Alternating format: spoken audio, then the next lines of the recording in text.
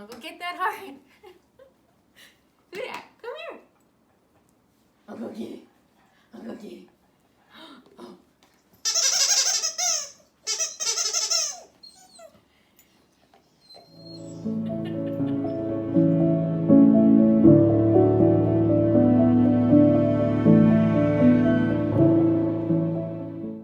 Hey guys, welcome back to my channel. I know it has been quite a bit, and I keep saying that every time I make a new video recently. I have been going through some rougher days as far as physical stuff. Just kind of have been having to take care of myself. For those of you who have been kind of following my health updates, I am still on my antibiotics and working through this infection, but I had some things happen recently that kind of reminded me of this book that I wanted to share with you, and kind of an idea that I wanted to share with you, and I'm super excited about it. I was praying and now I'm super excited. So let me kind of get into it. I think the first man that I ever really felt unconditional love from was my pap. My pap was one of the most important people in my life. I am wearing, I know it looks like I'm wearing like an 80-year-old man or 70-year-old man's shirt, but I actually am. This is my pap's, one of my favorite shirts that my pap would wear. He was coming back from a night of bowling and would stop over at our house. And so I have so many good memories of him in this actual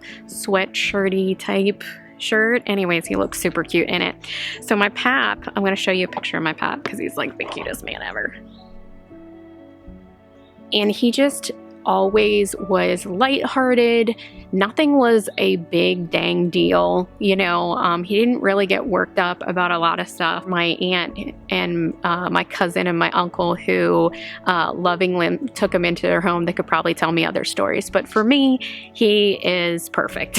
And he taught me how to be with other people and to just love them, and that things weren't a big deal, and to just be there and enjoy each other. I will forever consider him one of my biggest heroes, and will forever consider him the person that I really felt true unconditional love from. And then rolled around this awesome, long-haired, skinny, tall guy, very mysterious and sarcastic, named William, who is now my husband. And I can say that 1, he's the love of my life, and 2, he's my best friend, and 3, that he has taught me how to love more than anybody else on this earth.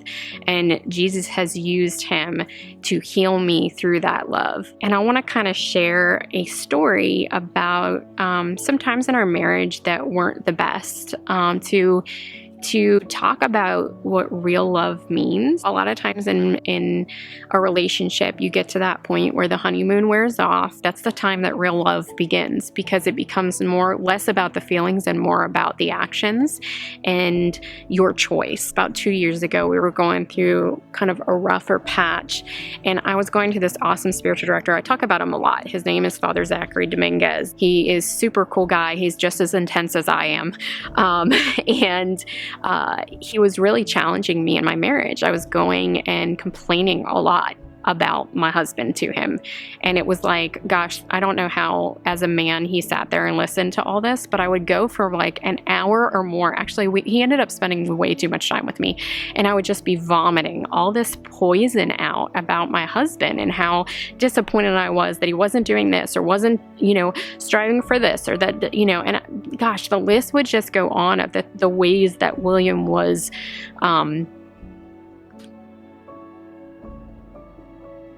the list just went on with the ways that William was failing me. You know, we started trying to go to marriage counseling, to this awesome man, who is another person that I consider somebody who has treated me how to love by the way that he loves his wife, Deacon Dave, challenging me to be like, listen, each of us looks through this prism that we have, and sometimes that prism is really distorted, and we really need to see and perceive things as they are rather than what we perceive them as. And I started to begin to pray about that, and like pray that the Lord would show me how he sees William. And through that process, we began going to counseling, and that was really influential. And he challenged us, and he was like, okay, so you're coming to me, but what books have you read? What things have you done to try to better your marriage? Because if you're not willing to put out any effort, then why do you think I'm going to help you? Man, that was like some fatherly love that we needed. I had watched the movie Fireproof. I'm sure some of you have heard of it, not heard of it. It's a movie that you want to watch. So I will warn you right now, it's one of the cheesiest movies that are out there. When you see like Christian cheesy movies, it's probably like the epitome of that. But the message is super strong and it's really powerful. So I had watched that movie and I was like, I wonder if they have the actual journal. So basically the premise of the movie is that this couple is falling apart. The man in the story gets a journal and is challenged by his father to do this 40-day journal. And in the journal is like acts of love. Now, granted, at this point, he's ready to divorce. He doesn't want anything to do with her anymore. He thinks she's disrespectful. He thinks she's horrible. She doesn't care. She, bloody, bloody, blah, the list goes on. Basically sounds like me and all the problems that I had with my husband. So from that, basically what happens is that he goes on this journey through this book and does these acts of service for his wife and begins to fall in love with her. Now, she doesn't reciprocate in the beginning and is still very angry at him, but yet he perseveres and continues and begins to fall more and more in love with her. So after watching that movie, I was really inspired to see his level of sacrifice and commitment in the midst of getting rejection. Because I think that our society today, often love is what you get, not what you give. And so this idea that we were made for love, that we were able to be loving even in the midst of rejection, is a powerful one. That he was finding joy and love in the midst of being rejected. And I just find that amazing, which is like the whole, if you're Christian, that's the whole gospel message, is that no matter what, if you love, that you will be happy, you will be joyful, you will have a full life.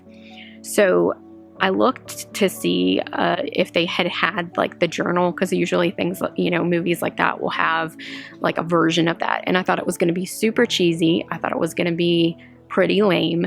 But then I got the book, and it's called, now this is what he called it in the movie, but it's called, I don't know if you can see it, The Love Dare.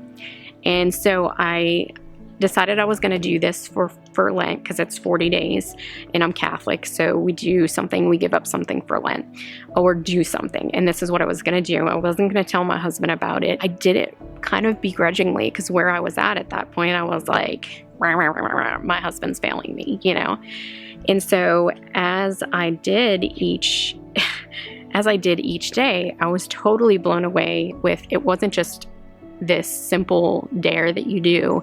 It took me on this journey of discovering what real love really means. And I don't mean just romantic love, I mean real love.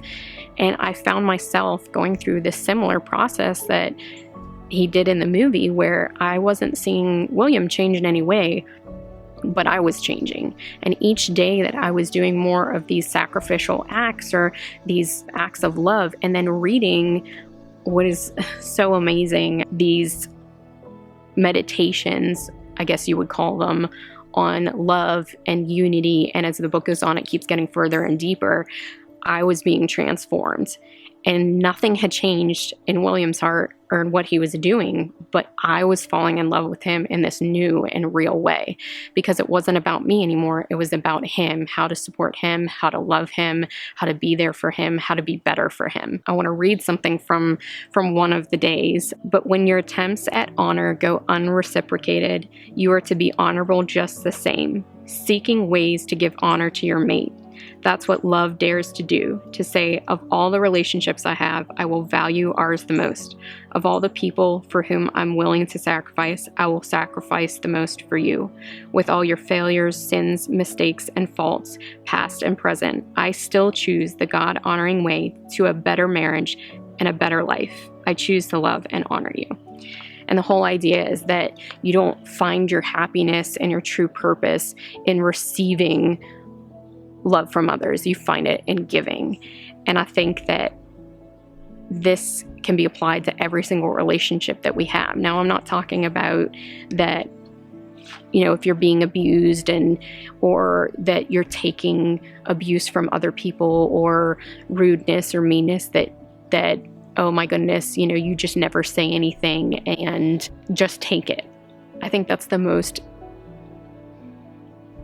misused or misunderstood part of being a Christian, is like you just become a doormat. To me, that's completely untrue. If you look at the way that Jesus treated the Pharisees and treated others, he was very honest with them. He told them the truth despite them being upset about it. He did not dance around it, and he was very honest. So when somebody hurts you, you need to tell them in a loving and respectful way. And that's part of real love. So anyways, as I started to be really transformed, I was just overwhelmed by this idea of changing the way that I looked at the world and changing the way that I loved others. And it was all about me loving others and me seeing what others needed and doing for them rather than what can they do for me. And I think it's really important that we look at that why is it that we're happier when we give rather than receive? Yes, we have a level of happiness when we receive, but there is something about giving that makes us truly joyful. Like, we were made to love. Like, we were designed and created to give. And through that giving, we receive true joy and true happiness. It's in that unconditional loving. It's in that perseverance. It's in that fortitude and those acts of the will that we truly learn how to love. So I want to challenge you, even if you're not married, because I think you can do this to prepare for marriage. I think you can do it in single life to be a better person. I think you can do it every stage of life. But I encourage you to buy this book. I think it's like $10 to $15 on Amazon, called The Love Dare. I will put it down in the description for this. And walk on this journey and watch it transform your heart as it did mine. So I just want you all to have a great day. I'd love to hear your thoughts if you end up getting this book and reading it, because it truly changed my life and my marriage. So love you guys. Have a great day, and I will talk to you soon.